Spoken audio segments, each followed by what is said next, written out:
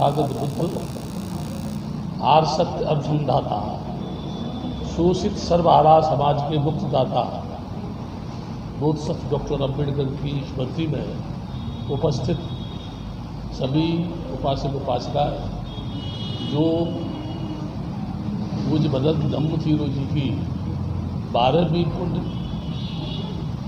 तिथि में पधारे हैं, उन सबके सुखी जीवन की मैं मंगल कामना करता हूँ।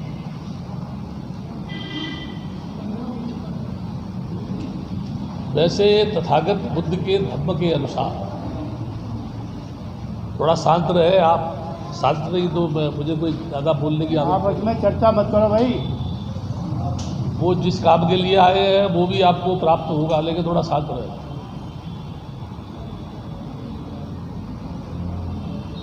मैं बोल रहा था पुण्यतिथि तथागत बुद्ध के दर्शन में केवल बुद्ध को छोड़ करके, क्योंकि बुद्ध का जन्म, बुद्ध का मरण, बुद्ध के संबोधि प्राप्त होने की तिथि एक ही है, बैसाखी पूर्णिमा।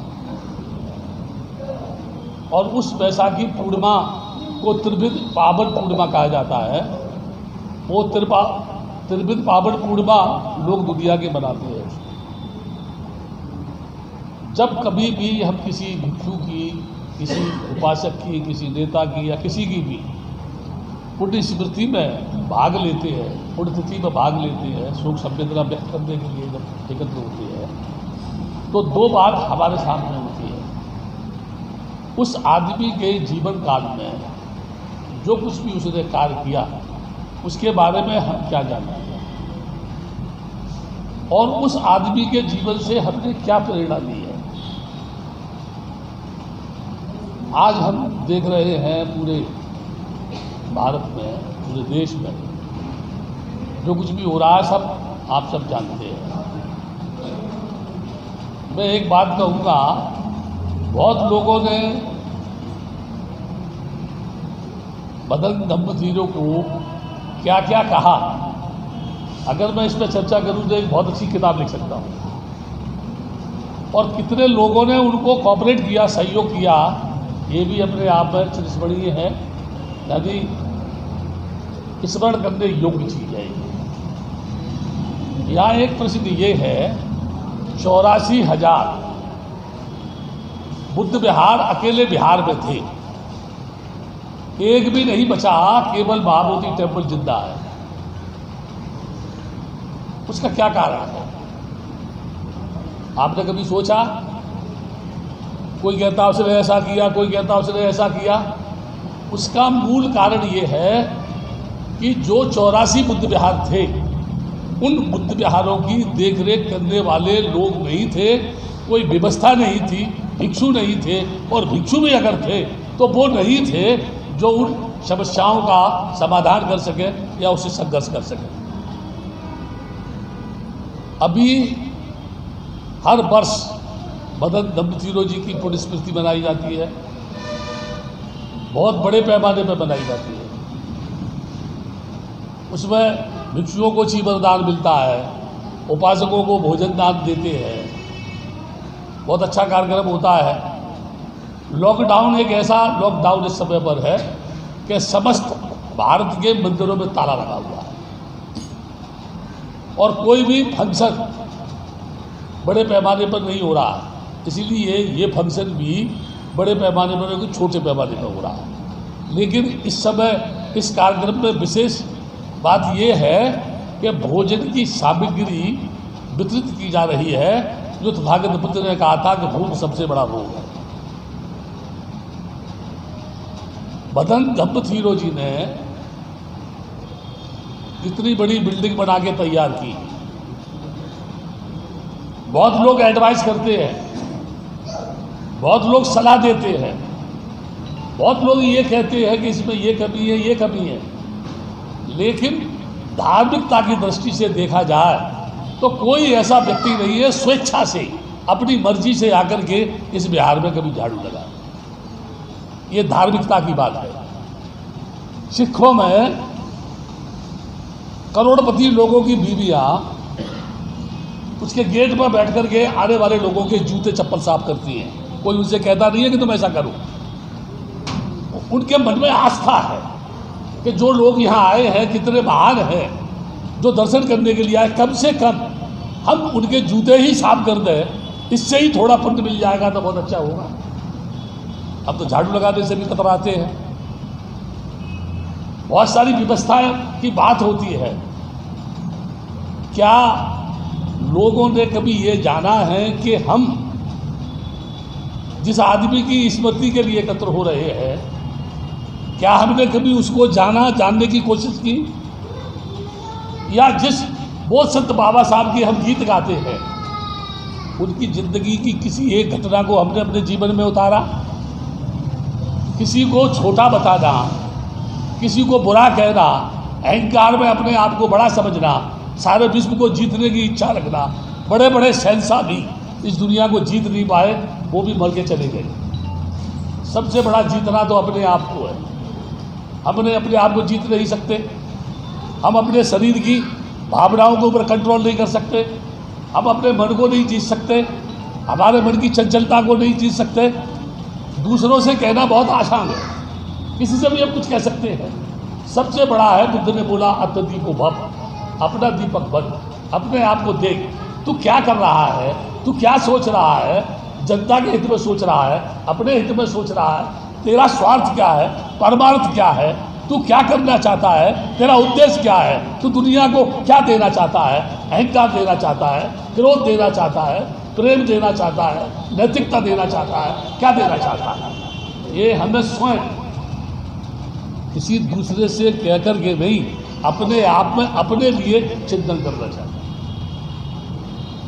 इतनी बड़ी इमारत जो जिस आदमी ने दी, कोई भी कभी भी किसी भी जगह किसी भी जीवन का यूनिवर्सल मालिक नहीं हो सकता, लेकिन लोगों में मालिक बनने की ख्वाहिश है कि हम मालिक बने। अरे मालिक तो अपने शरीर के भी नहीं है, ये भी नष्ट होगा, एक दिन खत्म हो जाएगा एक दिन। और यदि हम मालिक बनना चाहते हैं तो उस जगह का जिसका हम मालिक बनना चाहते हैं उसमें कुछ हमें निर्माण करना चाहिए, उसमें हमें कुछ परिवर्तन करना चाहिए, उसमें हमें कुछ करना चाहिए, हमें लोगों को जोड़ना चाहिए, हमें एक अच्छा काम करना चाहिए।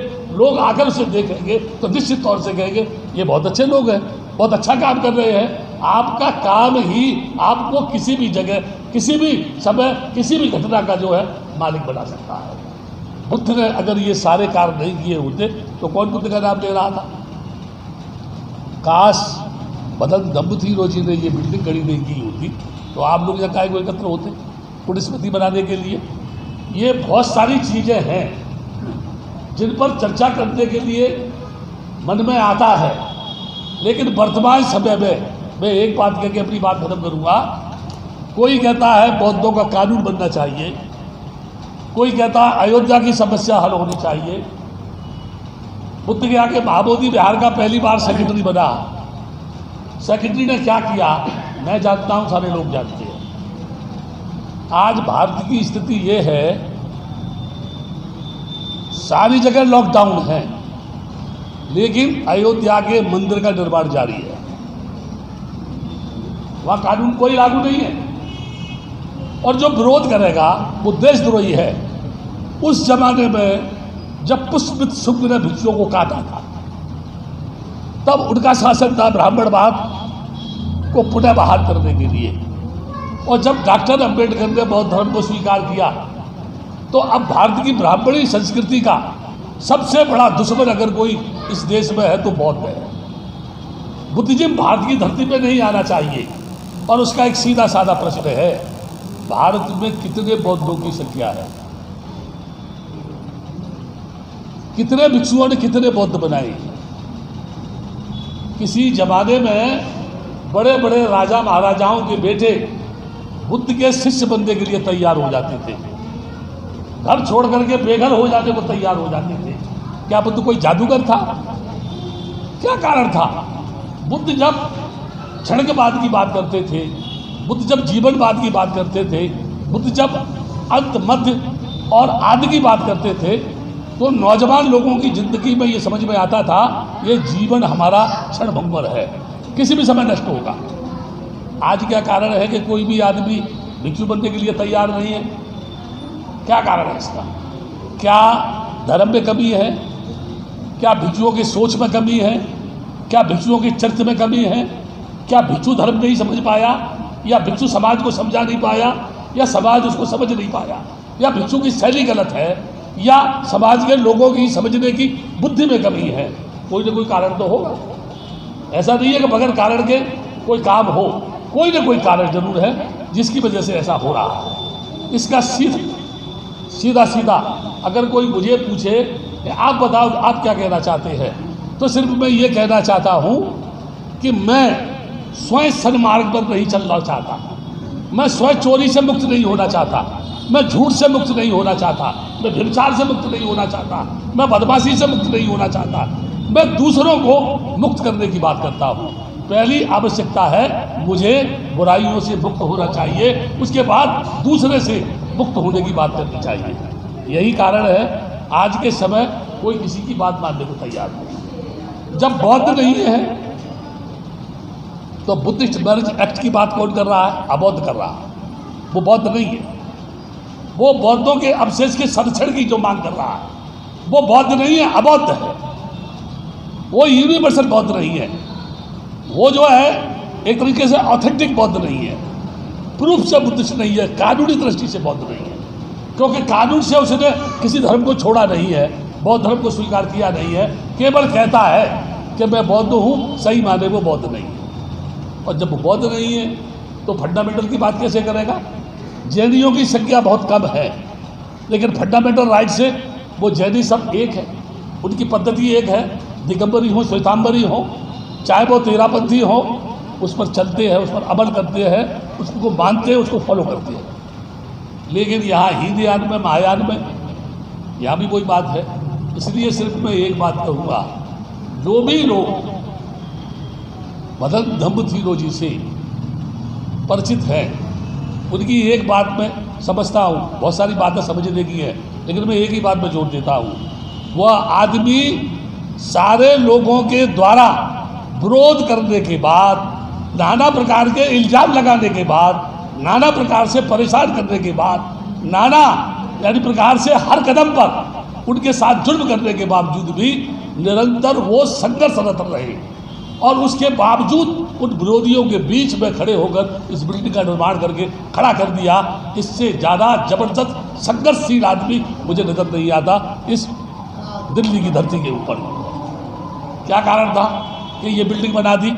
अब 100 लोग मिल करके भी इस बिल्डिंग का रखरखाव नहीं कर सके, इसकी मरम्मत नहीं कर सके, इसकी देखरेख नहीं कर सके, लोगों को जोड़ नहीं सके, केवल गाल बजाते रहे। मैं समझता हूँ अपने आप को, समाज को धोखा देना है। नहीं तो ईमानदारी से अगर सभी ये लोग मिलकर के कार्य करें तो ये बहुत बड़ी जगह बन सकती है और सारे दिल्ली के लोग यहाँ आ सकते हैं। केवल कहना और कह करके चले जाना और दूसरों को सुना देना, ये करनी और कथनी की एकता की बात बुद्ध के दर्शन से माफिक नहीं बैठती है। इसलिए मैं कहूँगा सच्चे मन से उनकी जो है पुण्य स्मृति में उनको शोक संवेदना व्यक्त करने की भावना यही होगी कि हम संकल्प लें, अपनी बुराइयों को छोड़ करके सन्मार्ग पर आने की कोशिश करेंगे, अपने आप को जीत करके समाज को भी जीतने का काम करेंगे, तब निश्चित रूप से हम बौद्धमय भारत की रचना कर सकते हैं और इस बुद्ध विहार के लक्ष्य को साकार कर सकते हैं। नहीं तो मात्र अपने आप को धोखा देना है, अपने आप को गड्ढे में ले जाना है, अपने आप को दूसरों की दृष्टि में गिराना है और अपने आप से दूसरों का अपमान करना है। इससे न अपना भला होगा न दूसरे का भला होगा, केवल समाज में बदनाम होगा। और बदनाम से मुक्त होने का हम काम करें तो सही मायने में मदन धम्म थियोलॉजी की प्रति जो है शोक संवेदना होगी। इसी के साथ मैं अपनी बात समाप्त करता हूँ। आप में से कोई उपासक बोलना चाहे?